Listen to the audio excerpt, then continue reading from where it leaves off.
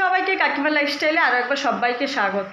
তো আজকে বৃহস্পতিবার, এখন সকাল বাজে কটা বাজে দেখি না, 7:30 বাজে। আমি উঠে স্নান হয়ে গেছে আমার।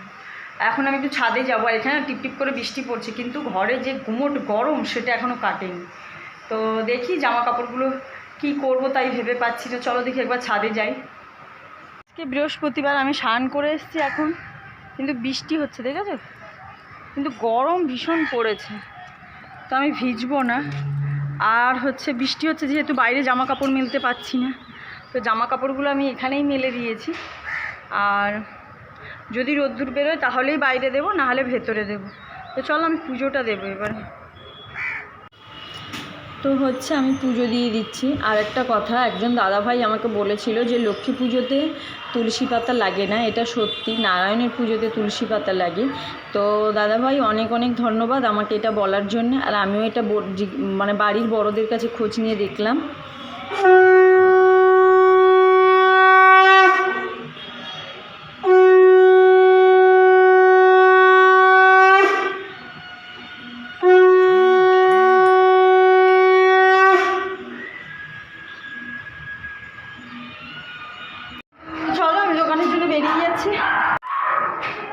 দোকান থেকে চলে এসেছি, এখন বসাবো রান্না। চলো দেখি কি রান্না করি। চলো একটু চেঞ্জ করে নিয়ে দেখাচ্ছি।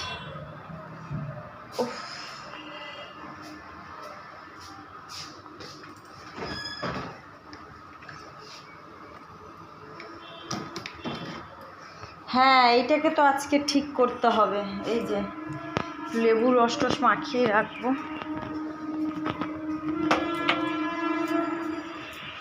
মাছটাও বের করি, হ্যাঁ বের করি। এই যে মাছটা রয়েছে, মাছটা করব। তো আমি ঢ্যাঁড়স আলু ভাজা করলাম, একটু আমরা রুটি দিয়েও খাবো বলে। আর এই দুপুরের জন্যও হয়ে যাবে। আর মাছের ঝালটা করব, বাস।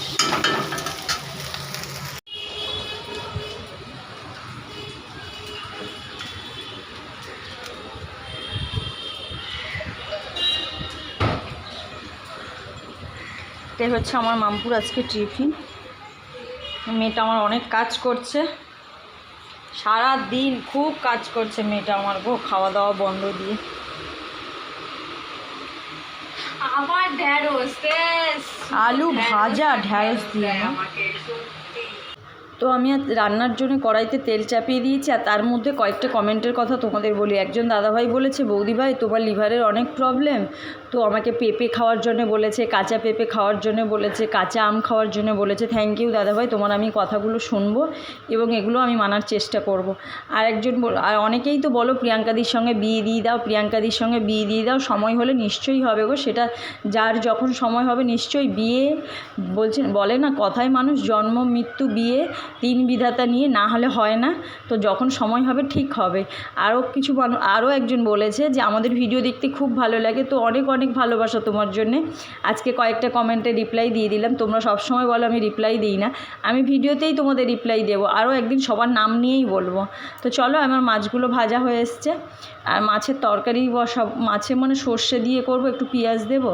সর্ষে যদিও খাওয়া উচিত না, আমি খুব একটা এই মাছটা খাবো, কিন্তু ঝোলটা খাবো না। আর বাড়ির সবার নুন, আর নদীর মাছ তো একটুখানি ঝাল না করলেও ভালো লাগে না। তো চলো তরকারিটা আমি বসিয়ে দিই।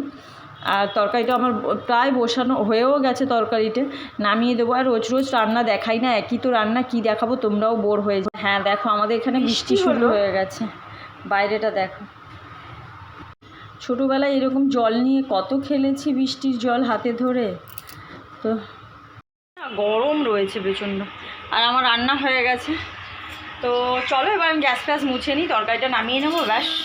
খালি কী করলাম বলো তো, ঢ্যাঁড়স আলু ভাজা আর ওই মাছটা করলাম। আর কটা বিট ছিল, ওগুলো অনেক শুকিয়ে গেছে, ওগুলোকে জলে ভিজিয়ে রাখলাম, যদি সেরকম সম্ভব হয় ওবেলা করবো। জল পড়ছে তাই, আর নাহলে কালকে করব। তো খাবার বেড়ে নিয়ে চলে এসেছি আমি, মাম্পু, পাপাই। তোমাদের কাকু তো জানো আজকাল দুপুরে বাড়ি আসে না ও খেতে। আর হচ্ছে আরেকটা কথা কি জানো তো, আমার তো মনে হয় তোমরা সবাই হয় আমাদের মামপুর বয়সী, না হয় মামপুর থেকে ছোট, বা পাপাইয়ের বয়সী আমার ভিডিও যারা দেখো, বা আছে আমাদের বয়সীও।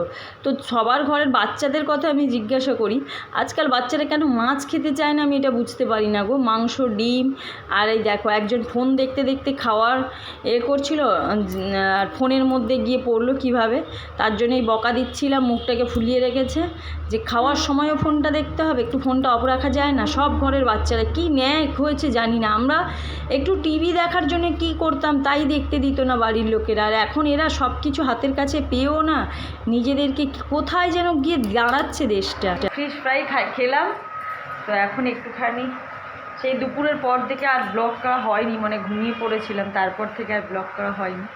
তো চলো, আজকেও দোকানে যাইনি, কিন্তু কোথাও ঘুরতেও নিয়ে যায়নি তোমাদের কাকু, দেখি আজকে রেস্ট।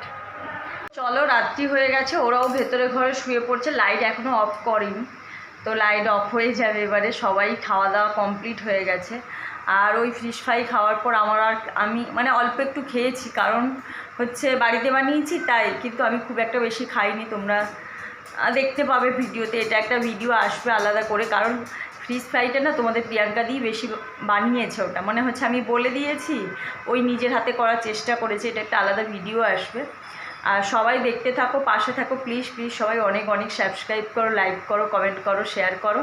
তো আজকে আমি আমার ভিডিওটা এখানেই শেষ করছি। সবাই সুস্থ থেকো, ভালো থেকো, সাবধানে থেকো। দেখা হচ্ছে নেক্সট একটা ব্লগে। তো টাটা, গুড নাইট সবাইকে।